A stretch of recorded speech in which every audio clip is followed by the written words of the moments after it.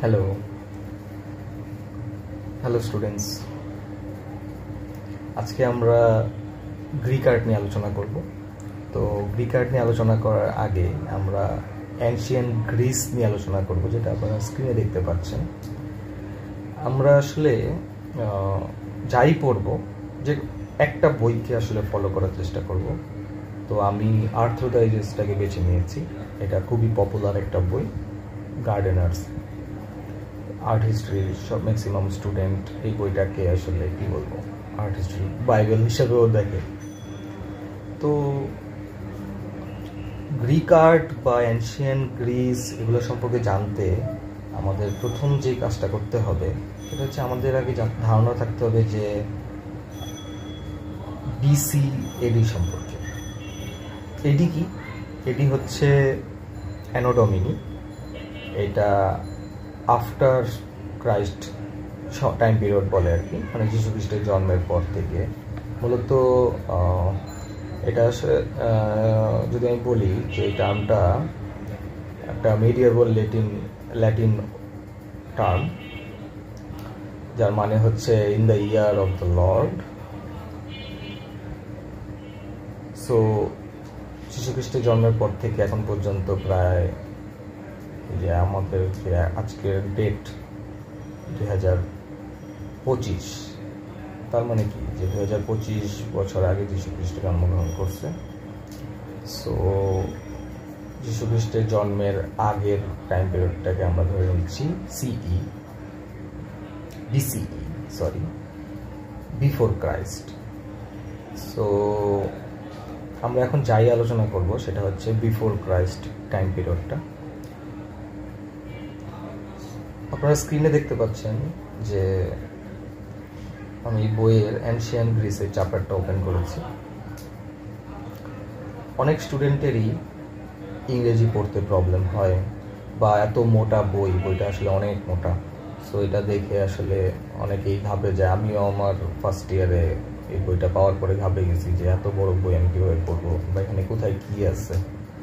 তো এই বইটার অনেকগুলো এডিশন আছে। আশা করি আমি যে এডিশনটা খুলেছি এটার সাথে ম্যাক্সিমাম বইয়েরই মিলবে। আমরা আসলে শুরু করি। এখানে বলতেছে যে ancient Greek art occupies a special place in the history of art through the ages. মানে হচ্ছে আর্ট হিস্ট্রির যে জগৎ, এই জগতে গ্রিক আর্ট একটা বড় জায়গা দখল করে আছে। আজকের সময়কালে অনেক পপুলার টার্ম দুইটা যদি আমি বলি, সেটা হচ্ছে অলিম্পিক গেম, যেটা সবাই এই গেমটা সম্পর্কে পরিচিত। আবার যদি বলি ডেমোক্রেসি, সেটা মোটামুটি সবাই জানে। গণতন্ত্র, প্রত্যেকটা দেশ, সব দেশ না বাট কিছু দেশ আছে যারা গণতন্ত্রে বিশ্বাসী, যেমন আমাদের দেশ গণতন্ত্রে বিশ্বাসী।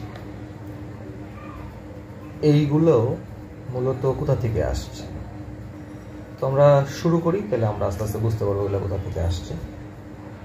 তারপর কি বলছে, many of the cultural value of the Greeks, specially the exaltation of humanity as the measure of all things, remain fundamental tenets of Western civilization.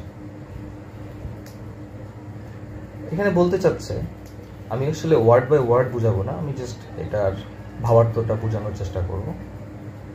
এখানে বলতে যাচ্ছে যে হিউম্যানিটি মানে মানবতা হচ্ছে মেজার অফ অল থিংস, মানে তারা সকল কিছুর ঊর্ধ্বে মানবতাকে রেখেছে।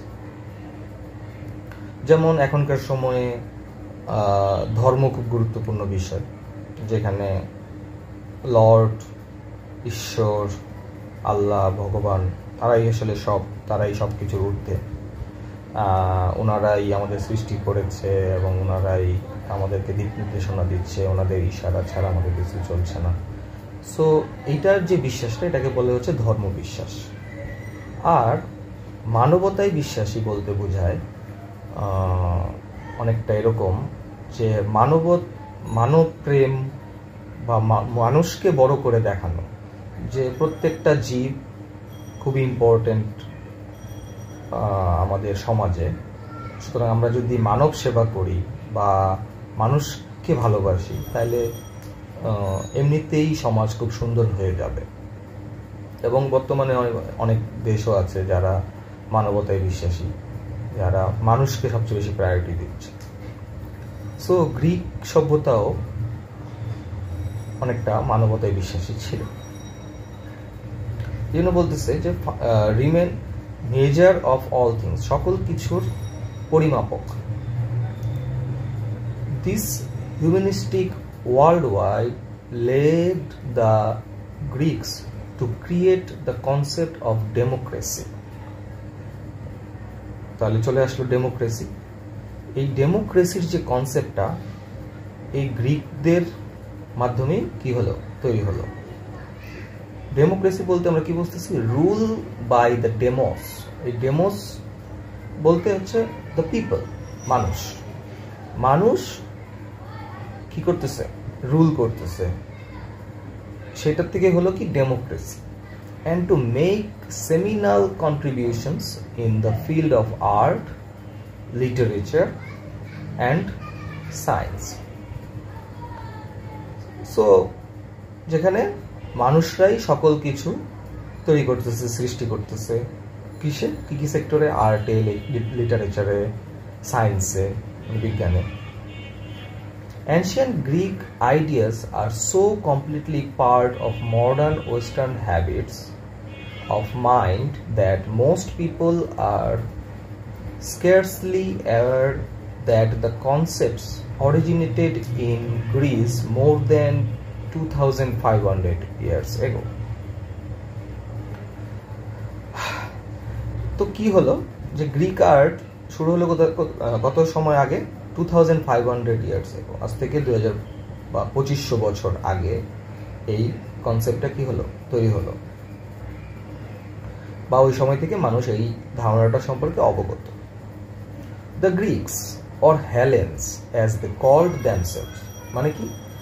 এখন আমরা যাদেরকে গ্রিকস বলতেছি, যারা গ্রিসে থাকে, তাদেরকে আমরা কি বলতেছি? Greek people. তো তারা তাদেরকে নিজেদেরকে তখন বলতো Helens.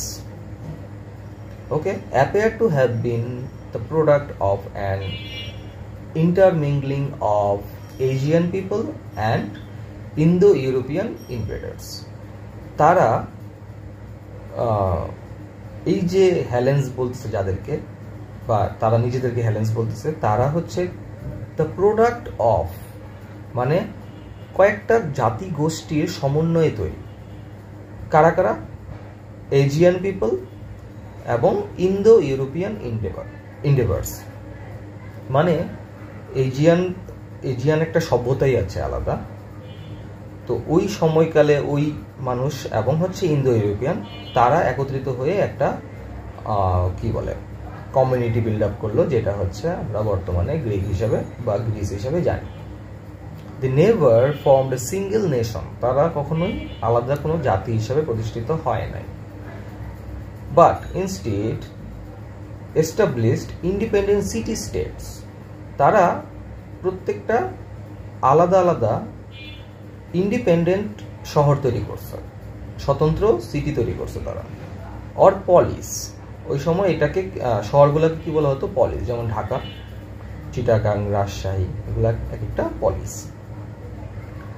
The ডোরিয়ান্স of the north, ডোরিয়ান্স কারা? মূলত ওদের সময়কালটাকে তারা কয়েকটা পিরিয়ডে ভাগ করছে বিভিন্নভাবে। এর মধ্যে ডোরিয়ান্স একটা, ডোরিক, আয়নিক, করিন্থিয়ান, এগুলো হচ্ছে কলাম আমরা বলি, মানে আর্কিটেকচারের ভাষায়, যে Doric column, Ionic column, Corinthian column. তো Dorians of the north, who many believe brought an end of Mycenaean civilisation. তো মাথায় অনেক কিছু আসতেছে, কোথা থেকে মাইসিনিয়ান আসলো, এখানে আবার ডোরিয়ান চলে আসলো, এগুলো আস্তে আস্তে ক্লিয়ার হবো আমরা। যেহেতু তারা, আমি মাত্রই বললাম যে তারা কখনোই আলাদা একটা ইন্ডিপেন্ডেন্ট কি হিসাবে তাদেরকে এস্টাবলিশ করেনি, মানে মানে স্টেট হিসাবে তারা নিজেদেরকে এস্টাবলিশ করেনি, সিঙ্গেল নেশন হিসাবে কখনোই নিজেদেরকে এস্টাবলিশ করেনি। তারা কি করছে, তারা অনেকগুলা সিটি স্টেট ছিল ছোট ছোট, এর মধ্যে মিনুয়ান একটা, মাইসেনিয়ান একটা। এবার যে যেখানে থাকতো তাদেরকে আমরা ওইভাবে সম্বোধন করতেছি, যেমন মাইসেনিয়ান সিভিলাইজেশন, মানে মাইসেনিয়ান যারা, তারা ওদের যে কালচারটা ওইটাকে ঘিরে একটা সভ্যতা গড়ে উঠছে। So Dorian of the north, যারা নর্থ দিকে বসবাস করতো, ডোরিয়ানস যারা, তারা বিশ্বাস করত যে তারা মাইসেনিয়ান সভ্যতার মানে শেষ প্রান্তে, মাইসেনিয়ান সভ্যতাকে শেষ প্রান্তে নিয়ে আসছে, বা যদি বলি যে এন্ড অফ মাইসেনিয়ান সভ্যতা, মানে হচ্ছে মাইসেনিয়ান সভ্যতা বিলুপ্ত হলো, তখন হচ্ছে ডোরিয়ানরা নিজেদেরকে দাবি করতেছে যে তারা মাইসেনিয়ান সভ্যতার বিলুপ্তির পরে তারা হচ্ছে এস্টাবলিশ হয়েছে এবং সেটেলড ইন দ্য পেলোপোনেসোস। আমরা ম্যাপ দেখব পরবর্তীতে, তারা পেলোপোনেসোস নামে একটা জায়গাতে সেটেল হয়েছে। এবার আমি একটু বলছি ডোরিক, আয়োনিক, করিন্থিয়ান। এই যে the Ionians settled the western coast of Asia Minor and the island of the Aegean sea. এটা আমরা একটু পরে ম্যাপ দেখলে বুঝতে পারবো যে আয়োনিয়ানরা কোথায় সেটেল হয়েছে। The origin of the Ionians is disputed. Okay, আমরা সম্পর্কে এটা জানি না। Some say the northern invaders forced the Ionian out of Greece. নর্থে যারা থাকতো তারা হচ্ছে তাদেরকে ফোর্সফুলি কোথায়, গ্রিসের বাইরে পাঠিয়ে দিয়েছে, এবং that they then sailed eastward from Athens to their new homes. তারা মানে ওই সময় আসলে যুদ্ধ বিগ্রহ লেগেই থাকতো, সভ্যতা ওখানে বিভিন্ন ছোট ছোট ছোট ছোট অনেকগুলা ক্রিটের মতো সভ্যতা গড়ে উঠছে, এবং সেখানে বিভিন্ন সময় তারা যুদ্ধে বাধ্য এবং তাদেরকে এক জায়গা থেকে আরেক জায়গায় পাঠিয়ে দিত, কখনো ইস্টে থাকতো কখনো ওয়েস্টে থাকতো, এরকম তাদের মধ্যে যুদ্ধ বিগ্রহ লেগেই থাকতো। Others hold that the Ionians developed in Asia Minor between the 11th and 8th century BCE, মানে বিফোর ক্রাইস্ট। অনেকে বিশ্বাস করে যে আয়োনিয়ানসরা কোথায়, কি বলে, এশিয়া মাইনরে তারা হচ্ছে নিজেদেরকে এস্টাবলিশ করছে এবং ওখানে তারা বসবাস করছে কোন সময়কালটাতে, 11th থেকে 8th সেঞ্চুরি। আমরা নর্মালি এখনকার সময় আমরা কিভাবে বলি যে 2012 থেকে 2015 সালে, কিন্তু যখন বিফোর ক্রাইস্ট BCE-তে যাব আমরা, মানে এই যে 2000 সাল তো এভাবে আসেনি, 1 2 3 4 করতে করতে আজকে 2025 সাল হলো। তো একের আগে কি ছিল, আমি কি -1 -2 বলবো? তো আমি কিভাবে বলতেছি যে ধরেন 1 -2 করে করে যদি -500 হয়, সেক্ষেত্রে আমরা কি বলবো, 500 BCE। এখন 500 BCE থেকে আমরা যদি আগায় আমাদের দিকে আসতে চাই, তাহলে কি হবে, 500 থেকে 300 BCE। এই জন্য এখানে বলতেছে 11th থেকে 800 BCE, মানে 1100 থেকে 800, মানে আমরা হিসাবটা করব আমাদের দিকে আগায় নিয়ে আসবো। যেমন 2000 BCE থেকে 1000 BCE, মানে আমরা আমাদের দিকে আগায় আসলাম, এভাবে আমরা হিসাবটা করবো। এই জন্য বলতেছে আগে বড়টা বলতেছে, পরে ছোট সংখ্যাটা বলতেছে, 11th to 800 BCE. Okay, whatever.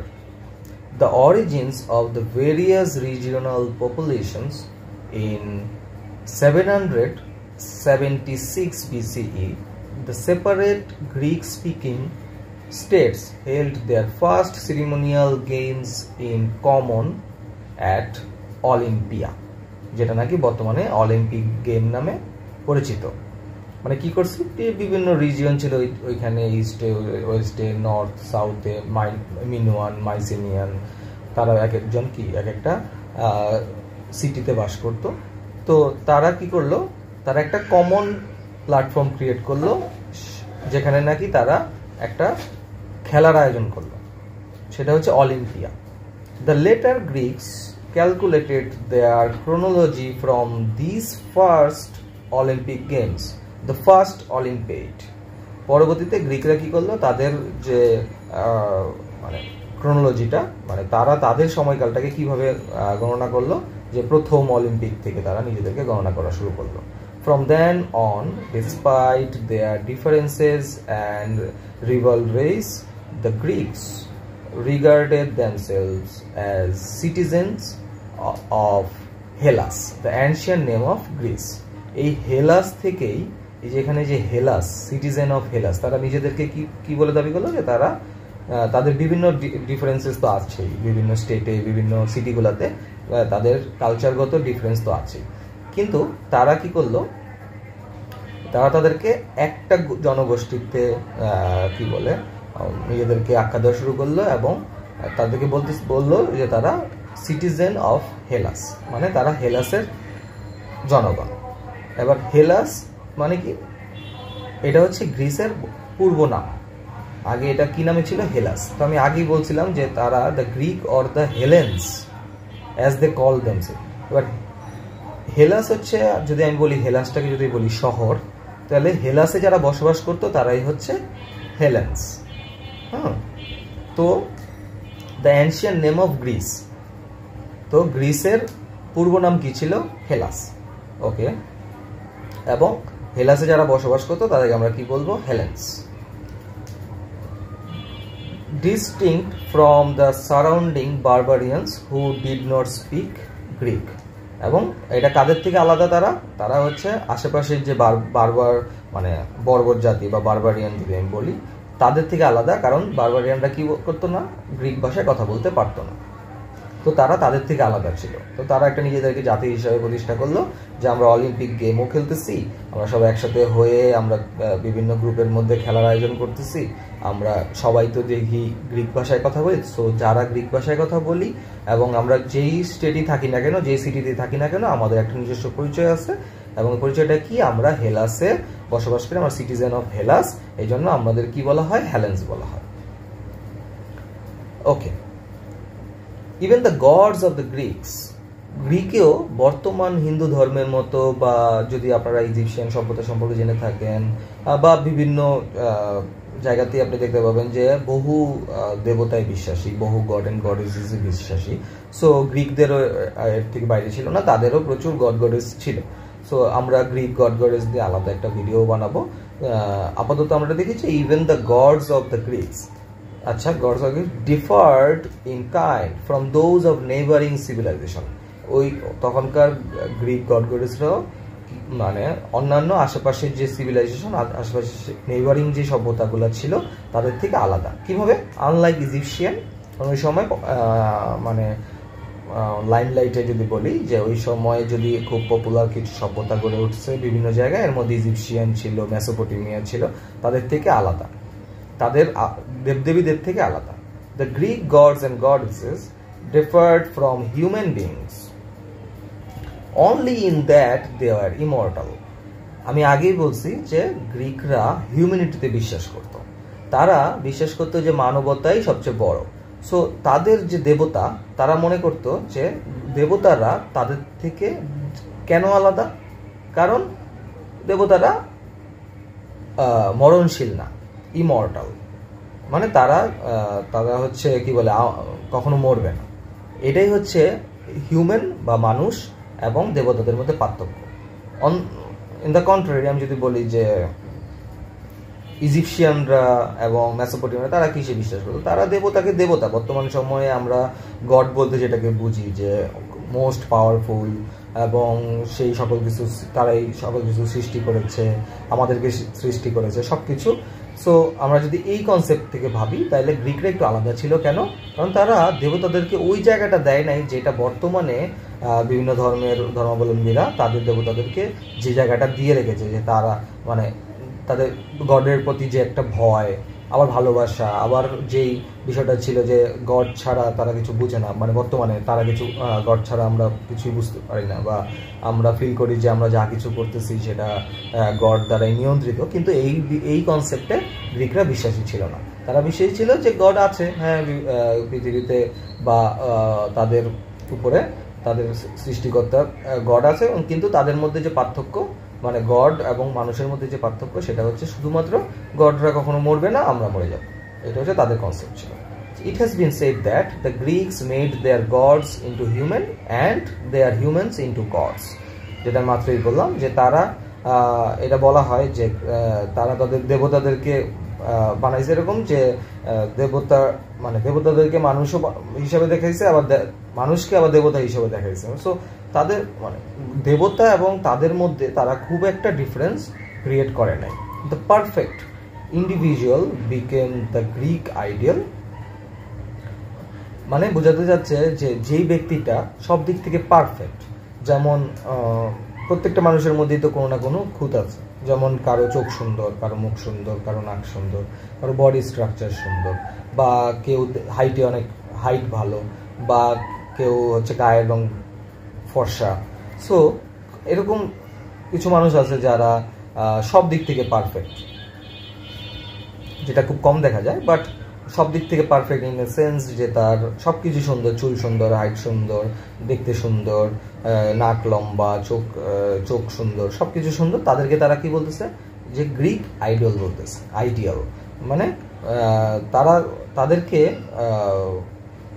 এটা তাদের আর্ট দেখলেও বোঝা যায় যে তারা গ্রিক আইডিয়াল বলতে মানে মানুষের মধ্যে সবচেয়ে সুন্দর যারা তাদেরকে গ্রিক আইডিয়াল বলতেছে। আচ্ছা, and the portrayal of beautiful humans, portrayal মানে কি মানে মুখাবয়ব, and the portrayal of beautiful humans became the focus of many of the greatest Greek artists, এবং সুন্দর ওই সময়ে যারা বসবাস করতো তাদের মধ্যে সুন্দর ব্যক্তিত্ব ব্যক্তি যারা ছেলে হোক বা মেয়ে হোক, তারা ওই সময়ের গ্রিক আর্টিস্ট যারা শিল্পী ছিল, চিত্রকর, তাদের তারা মূলত ওই সুন্দর ব্যক্তিদের ফেস বা পোর্ট্রেট করার চেষ্টা করতো বা করতো আর কি। এখানে আমরা গ্রিক সভ্যতার ম্যাপটা দেখতে পাচ্ছি, যদি আপনি একটু ভালো করে দেখেন যে এখানে ছোট ছোট ছোট ছোট অনেকগুলো, আমি একটু বড় করে দেখাই, এখানে দেখতে পাবেন যে এজিয়ান সি, এই এজিয়ান সভ্যতা, এজিয়ান সিকে বা এজিয়ান সমুদ্রকে কেন্দ্র করে এজিয়ান সভ্যতা গড়ে উঠছে। এখানে ছোট ছোট যেই ছোট ছোট যে জায়গাগুলো দেখতে পাচ্ছেন এগুলো হচ্ছে ক্রিট, এগুলো এক একটা ক্রিট। ক্রিট বলতে কি একটা ছোট ছোট অংশে ছোট ছোট সভ্যতা গড়ে উঠছে, যেমন এখানে থেরা, তারপরে হচ্ছে নিডোস, তারপরে ডেলস, এগুলো এক একটা ছোট ছোট সভ্যতা গড়ে উঠছে এবং ছোট ছোট দ্বীপের মতো আর কি। এর মধ্যে যদি মূল গ্রিসের যে জায়গাটা, যেমন এই আমি একটু আগে বলছি আয়োনিয়ান, এই যে আয়োনিয়াকে কেন্দ্র করে আয়োনিয়ান গড়ে উঠছে।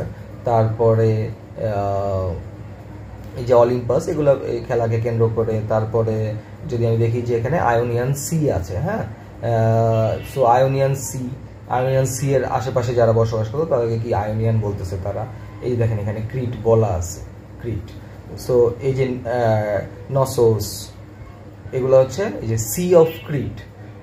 এখানে সমুদ্রের মধ্যে আমাদের যেমন সেন্ট মার্টিন আছে একটা দ্বীপ, এরকম সমুদ্রের মধ্যে অনেক ছোট ছোট দ্বীপ গড়ে উঠছে যেগুলোকে আমরা ক্রিট বলতেছি।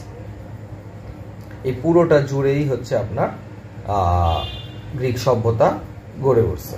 সো ওদের মধ্যে বিভিন্ন দ্বন্দ্ব, বিবাদ অথবা সভ্যতাগত বা কালচারালগত চেঞ্জ থাকতে পারে, বাট তারা আবার কি অলিম্পিক গেমের মাধ্যমে তারা আবার একত্রিত হতো এবং তাদের মধ্যে এবং তারা প্রত্যেকে নিজেদেরকে কি বলতো যে গ্রিক পিপল বলে দাবি করত।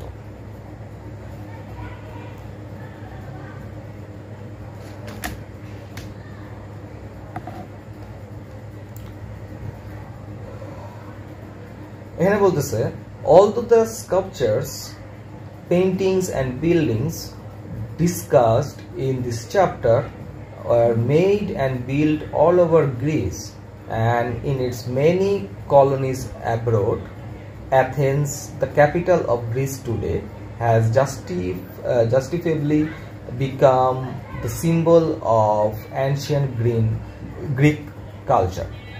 এখানে বলতেছে যে যদিও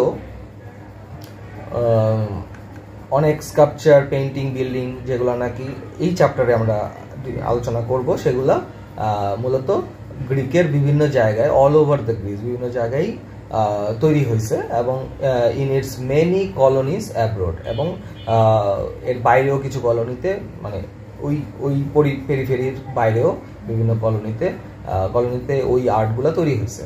কিন্তু অ্যাথেন্স, যেটা নাকি বর্তমানে অ্যাথেন্স কি গ্রিসের রাজধানী, so has justifiably become the symbol of ancient Greeks culture. মানে অ্যাথেন্সে যেই আর্টগুলা তৈরি হয়েছে, স্কাল্পচার, পেইন্টিং বা বিল্ডিং, সো এইগুলা মূলত সিম্বল অফ অ্যানশিয়েন্ট গ্রিক কালচারের সিম্বল হিসেবে ধরা হচ্ছে। মানে মেইন যে ক্যারেক্টারিস্টিক্স বা বৈশিষ্ট্যগুলা গ্রিক আর্টের, সেগুলো আমরা ওই অ্যাথেন্সের আর্ট দেখলে আমরা বুঝতে পারবো। Okay, so Athens is where the great plays of Aeschylus, Sophocles and Euripides were first performed. এগুলা কিছু হচ্ছে খেলা, যেখানে নাকি অ্যাথেন্সেই মূলত এই খেলাগুলো আয়োজন করা হইতো আর কি এই সময়। And there in the city central square covered colonnades and gymnasiums. মানে ওই সময়ে কি কি অ্যাক্টিভিটিস হতো? Socrates engaged his fellow citizens in philosophical arguments. ওই সময়ে গ্রিক আর্ট বা গ্রিক সভ্যতা সম্পর্কে আমরা পড়ি, ওই সময় অনেক বড় বড় দার্শনিকদের জন্ম হয়েছে। সক্রেটিস, প্লেটো, তাদের মতো অনেক বড় বড় দার্শনিকরা ওই জায়গাগুলোতে বসে তাদের যেই ফেলো বা তাদের যে অনুসারী ছিল তাদের সাথে গল্প করতো বা তাদেরকে জ্ঞান দিত এখানে বসে, যে ফেলো সিটিজেন ফিলোসফিক্যাল আর্গুমেন্টস করতো এখানে বসে। হ্যাঁ, and Plato formulated his prescription for the ideal form of government in their republic। মানে ওই সময়ে মানুষ কখন ধর্মটাকে সাইডে রেখে তার দেশের বা নিজেদেরকে বড় করে দেখে, যখন তারা দার্শনিক হয়ে ওঠে। মানুষ যখন অনেক বেশি এডুকেটেড হয়ে ওঠে, তখন তারা কি করে, বিভিন্ন ধরনের বর্তমানে যে অনেক ধরনের কুসংস্কার আমরা দেখতে পাই, সেই কুসংস্কার থেকে বাইরে বেরিয়ে আসে তখন, যখন মানুষ অনেক বেশি এনলাইটেড হয়। তো ওই সময়ে যেহেতু আপনারা দেখতে পাচ্ছেন যে সক্রেটিস, প্লেটো, যারা নাকি নাম করা দার্শনিক, তাদের মতো ব্যক্তিত্ব ওখানে জন্মগ্রহণ করছে, তো তাদের দ্বারা অবশ্যই ওইখানকার সমাজে অনেক বেশি ইনফ্লুয়েন্সড হয়েছে মানুষ। সো যার ফলে মানুষ অনেক বেশি এনলাইটেড হয়েছে এবং ওইখানে এখনকার ইভেন বর্তমানের থেকে অনেক বেশি এডুকেটেড আমি যদি বলি ওই সময় মানুষ ছিল, যার ফলে কি হয়েছে, মানুষকে বড় করে দেখছে এবং মানুষকে প্রায়োরিটাইজ করছে, যাতে ওই সমাজের উন্নয়ন হয়। একজন মানুষ যখন আর বাকি মানুষগুলাকে নিজেদের মতো করে সমান করে ইকুয়াল ভাববে এবং তাদেরকে সমান প্রায়োরিটি দিবে, তখন কি হবে, মানুষের মধ্যে দ্বন্দ্ব বিবাদ কম হবে এবং মানুষ কি হবে, অনেক বেশি এনলাইটেড হবে। সো এই ধরনের প্র্যাকটিসগুলা ওই জায়গাগুলোতে হতো।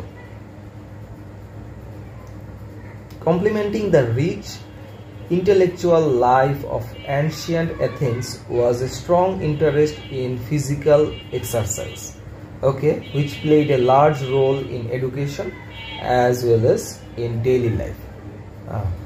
এই যে রিচ ইন্টেলেকচুয়াল লাইফ, যেটা আমি বললাম যে তারা অনেক বেশি কি দার্শনিক জীবনযাপন শুরু করলো। So complementing the rich intellectual life of ancient Athens কারা, অ্যাথেন্স যারা অ্যাথেন্সে থাকতো তারা, ancient Athens was a strong interest in physical exercise. তারা খুবই দৈহিক এক্সারসাইজগুলো করতো, মানে জিমন্যাস্টিক অ্যাপ্রোচ ছিল তাদের মধ্যে, তারা অনেক বেশি, এবং তাদের ফিগার নিয়ে তারা খুব কনসাস ছিল।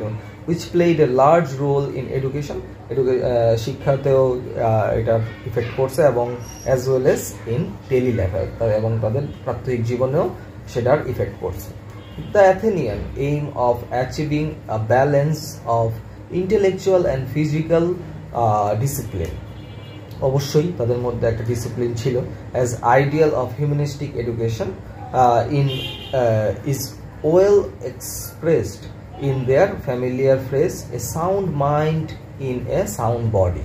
মানে এটা তাদের একটা কোট ছিল যে a sound mind in a sound body, আপনার বডি যদি ভালো থাকে, সতেজ থাকে এবং আপনি যদি সুস্থ থাকেন তাহলে আপনার বডির ভিতরের যে সোল বা মাইন্ড বা মন সেটাও কি থাকবে, সতেজ থাকবে। সো আপনি যদি অনেক বেশি জ্ঞানী হতে চান, অনেক বেশি ইন্টেলেকচুয়াল হতে চান, সেক্ষেত্রে আপনার স্বাস্থ্যকে প্রায়োরিটি দেওয়াও জরুরি। আপনি যদি হেলদি না হন, সুস্থ না থাকেন, সেক্ষেত্রে আপনি ইন্টেলেকচুয়াল জীবনযাপন করতে পারবেন না বা অনেক ভালো কিছু নিয়ে ভাবতে পারবেন না। The distinctiveness and originality of Greek contributions to art, science, and politics should not, however, obscure the enormous depth of Greeks owed to the culture of Egypt and the Near East. He will say, and the distinctives and originality of Greek contributions to art, science, and politics should not, however, obscure the enormous depth of Greek owed to the culture of Egypt and near east. মানে Egypt এবং near east থেকে তারা যে মানে স্বাভাবিকভাবেই যখন দুই তিনটা সভ্যতা বা দুই তিনটা সিভিলাইজেশন পাশাপাশি এস্টাবলিশ হতে থাকে, তখন একটা সভ্যতা থেকে অনেক কিছু ইন্সপায়ার হয়। যেমন বর্তমানে আমরা যদি দেখি যে আমরা অনেক বেশি ওয়েস্টার্ন লাইফস্টাইলকে ফলো করি, বা আমরা বলিউড স্টাইলে ড্রেস পরার চেষ্টা করি, বা আমরা ওয়েস্টার্ন কালচার ফলো করি, যেমন হচ্ছে আমরা কোট টাই পরতে ভালোবাসি, এবং আমরা কি অনেক বেশি কর্পোরেট হচ্ছি, যেটা নাকি আমাদের নিজস্ব কালচার না। আমরা তো লুঙ্গি, গামছাতে বা পাঞ্জাবি, শাড়িতে হচ্ছে অভ্যস্ত, কিন্তু আমরা কোথা থেকে আমরা কোট টাই পেলাম, আমরা কোথা থেকে লেহেঙ্গা পেলাম? তো এই যে কালচারগুলো আমরা কোথা থেকে, আমরা বিভিন্ন আমাদের পার্শ্ববর্তী দেশগুলো থেকে, বা হচ্ছে এখন বর্তমানে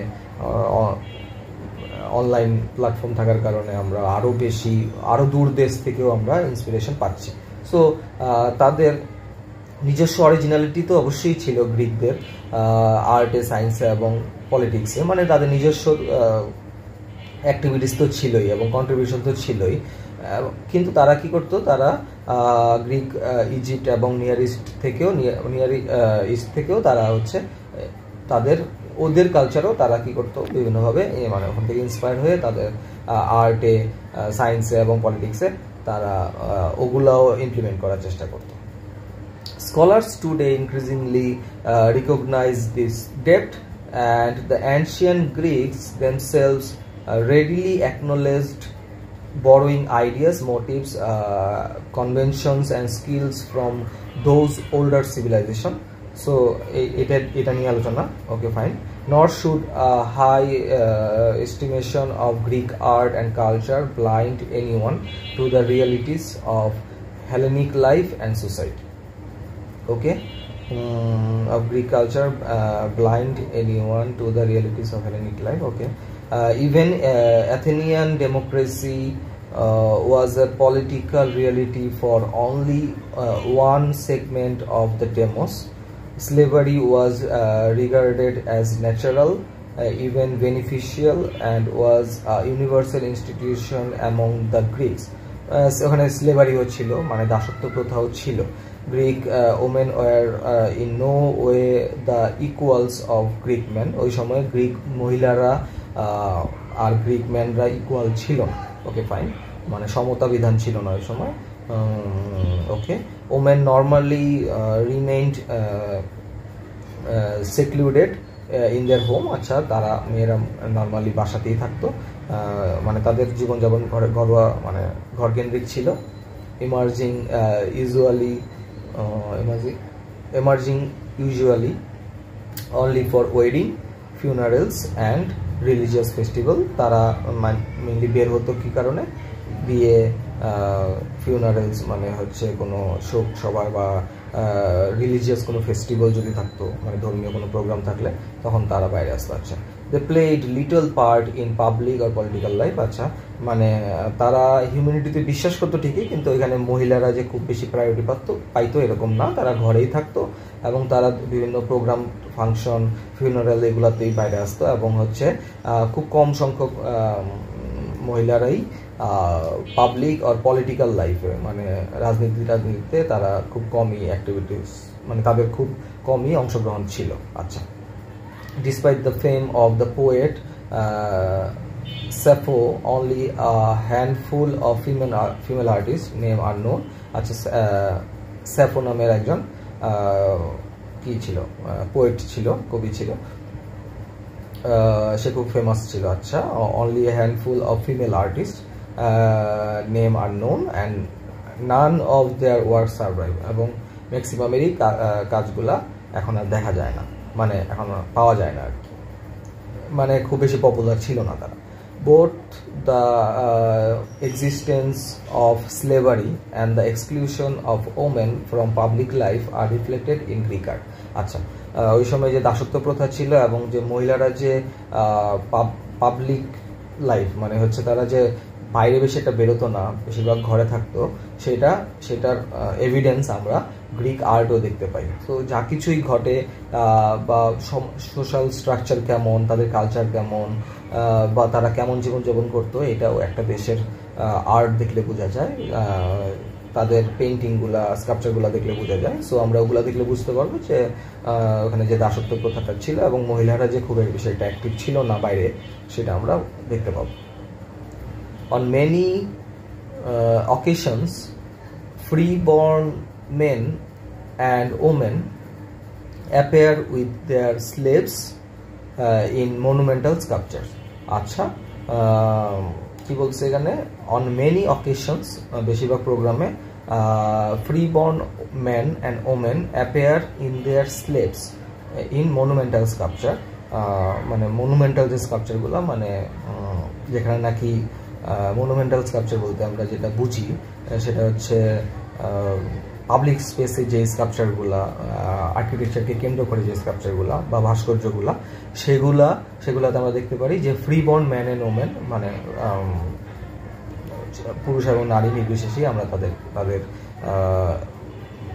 স্কাল্পচার বা ভাস্কর্য দেখতে পাই, যেখানে দেখতে পাই যে তারা দাস হিসাবে আছে বা দাসী হিসাবে আছে। ওকে, দ্য সিম্পোজিয়াম কি? A dinner party that only man and prostitutes attends. মানে সিম্পোজিয়াম হচ্ছে ডিনার পার্টি, বর্তমানে যেমন নাইট ক্লাব বা পার্টি ফাংশন থাকে, ওই পার্টি ফাংশনগুলোতে রাতের যে প্রোগ্রামগুলো, সেগুলোতে মেইনলি দেখা যেত কারা, শুধুমাত্র পুরুষরা এবং প্রস্টিটিউটরা থাকতো। এখানে সাধারণ মহিলাদের খুব একটা অংশগ্রহণ ছিল না। Is a popular subject on painted vases. Painted vases মানে কি, ওই সময় অনেক বেশি পটারি তৈরি করা হতো, বা ভাস বা পটারি, যেটাকে আমরা মানে মাটিতে তৈরি যেই সরা অথবা গোলা, বর্তমানে যেগুলোকে আমরা বুঝি আর কি, যে মাটির তৈরি, যেখানে নাকি ধান রাখা হয় বা যেখানে নাকি পানি রাখা হয়, তেল রাখা হয়, ওয়াইন রাখা হয়। সো এই ধরনের ভাসগুলা বা পটারিগুলার গায়ে পেন্টিং করা হতো। সো ওইসব পেন্টিংগুলাতে আমরা দেখতে পাই যে যেমন ওখানে সিম্পোজিয়ামের স্টোরি বা গল্পগুলা পেইন্ট করা হতো বা আঁকা হতো, যেখানে নাকি শুধুমাত্র পুরুষদের দেখা যেত এবং কিছু প্রস্টিটিউট দেখা যেত, সাধারণ মেয়েদেরকে দেখা যেত না। অলদো এই জন্য ওইটার থেকে ধারণা করা হচ্ছে যে মহিলারা ঘরেই থাকতো। Although the Greeks invented and passed on to future generations the concept and practice of democracy. Most Greek states, even those constituted as democracies, were dominated by well-born white males, and most admired virtues were not wisdom and justice, but statecraft and military valor. আচ্ছা, এখানে মানে পুরোটাই বোঝাচ্ছে যে মানে নারী বাদ দিয়ে যেই অংশগ্রহণটা, passed on future generations the concept and practice of democracy, মানে গণতন্ত্রের যে প্র্যাকটিসটা আমরা বর্তমানে দেখতে পাই। Most Greek states, even those constituted as democrats, মানে ডেমোক্রেসিস, মানে গ্রিকরা যেই গণতন্ত্রে বিশ্বাসী ছিল, were dominated by wellborn white male. ওই গণতন্ত্রটা বেশিরভাগই পুরুষদের দ্বারা ডমিনেট ছিল, মানে পুরুষরা নিয়ন্ত্রণ করত। And most admired virtues are not wisdom, খুব বেশি যে ওয়াইজ ছিল ওই গণতন্ত্রটা বা তাদের সময়কার যেই পলিটিক্যাল সিচুয়েশন, এটা যে খুব বেশি মানে নারী পুরুষ নির্বিশেষে ছিল বিষয়টা এরকম না। বা statecraft and military valor. Okay, Greek men were educated in the values of Homer's heroes and in the athletic exercises of the Palestra. আচ্ছা, Greek man were educated in, তারা কি কোন বিষয়ে জ্ঞানী ছিল? হোমার হচ্ছে একজন কবি, তার কিছু বই আছে, তার মধ্যে খুব জনপ্রিয় একটা কাব্যগ্রন্থ হচ্ছে ইলিয়াড। সো ওই কাব্যগ্রন্থের যে হিরো বা নায়ক সম্পর্কে ওই সময়ের সাধারণ গ্রিক মানুষ মানে গ্রিক পিপল যারা ছিল বা গ্রিকে বসবাস করতো যারা, তারা তাদের ওই হিরোদের সম্পর্কে অবগত ছিল। যেমন বর্তমানে আমরা বিভিন্ন মুভি স্টারদের সম্পর্কে অবগত, শাহরুখ খান, সালমান খান, সাকিব খান।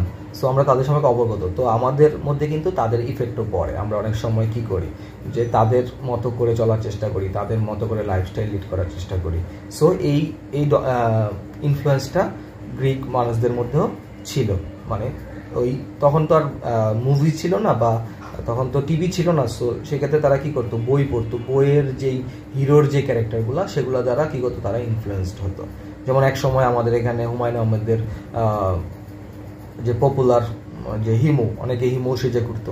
সো এই যে মানে ইনফ্লুয়েন্সটা সেটা ওই সময় দেখা যেত। এবং the athletic exercise of the palaestra, মানে তারা কি করতো, খুব বেশি মানে বডি বিল্ডিং অ্যাথলেট, তারা নিজেদেরকে অ্যাথলেট হিসাবে দাবি করে, কারণ যেহেতু ওখানে অলিম্পিক গেমটা খুব বেশি পপুলার ছিল। সো ওইখানে অংশগ্রহণ করা লাগতো তাদের, এবং যুদ্ধ বিগ্রহ কিছু ছিল, তো সেক্ষেত্রে তাদের মিলিটারি বেসও তৈরি করা হতো। সো এইসব কারণে তারা অনেক বেশি নিজেদেরকে প্রিপেয়ার রাখতো স্বাস্থ্যগতভাবে। So fighting among themselves and Greeks eventually fell victim of the Macedonian and Romans. Fighting among themselves, তারা নিজেদের মধ্যে যুদ্ধ, এবং তারা Greeks eventually fell victim মানে ওই সব মানে গ্রিক, রোম এগুলো তো পাশাপাশি, তাদের যুদ্ধের মানে বিভিন্ন কারণে দুই দেশের মধ্যে যখন যুদ্ধ লাগতো বা দুইটা শহরের মধ্যে যখন যুদ্ধ লাগতো, তো সাধারণ মানুষও কি হতো, এটার কারণে ভিকটিম হতো। তো এই কারণে তারা নিজেদেরকে অনেক বেশি কি করতো, মানে প্রিপেয়ার্ড রাখতো, তারা অনেক বেশি অ্যাথলেটিক প্র্যাকটিস করতো, জিমন্যাস্টিক প্র্যাকটিস করতো। সো এই ভিডিওতে আমরা মোটামুটি গ্রিকদের লাইফস্টাইল সম্পর্কে জানলাম, গ্রিক সভ্যতাটা কোথা থেকে আসছে এটা সম্পর্কে জানলাম, এবং আমরা গ্রিকদের ম্যাপটা দেখলাম। সো মোটামুটি আমাদের একটা ধারণা হলো যে গ্রিক সভ্যতাটা সম্পর্কে। এখন আমরা নেক্সট ভিডিওতে যেটা দেখব সেটা হচ্ছে তারা নিজেদেরকে বিভিন্ন সময়কালে ভাগ করা হয়েছে, তাদের সময়কালটাকে বিভিন্ন পিরিয়ডে ভাগ করা হয়েছে, যেমন জিওমেট্রিক পিরিয়ড, আর্কিক পিরিয়ড, তারপরে এরকম করিন্থিয়ান পিরিয়ড, এরকম করে অনেকগুলা সময়কালে ভাগ করা হয়েছে, এবং তাদের আর্ট সম্পর্কে আমরা জানবো। সো আজকের মতো এতটুকুই। আমরা নেক্সট ভিডিওতে প্রত্যেকটা পিরিয়ডের আর্ট, আর্কিটেকচার সম্পর্কে এবং স্কাল্পচার সম্পর্কে ধারণা নিব। Bye bye.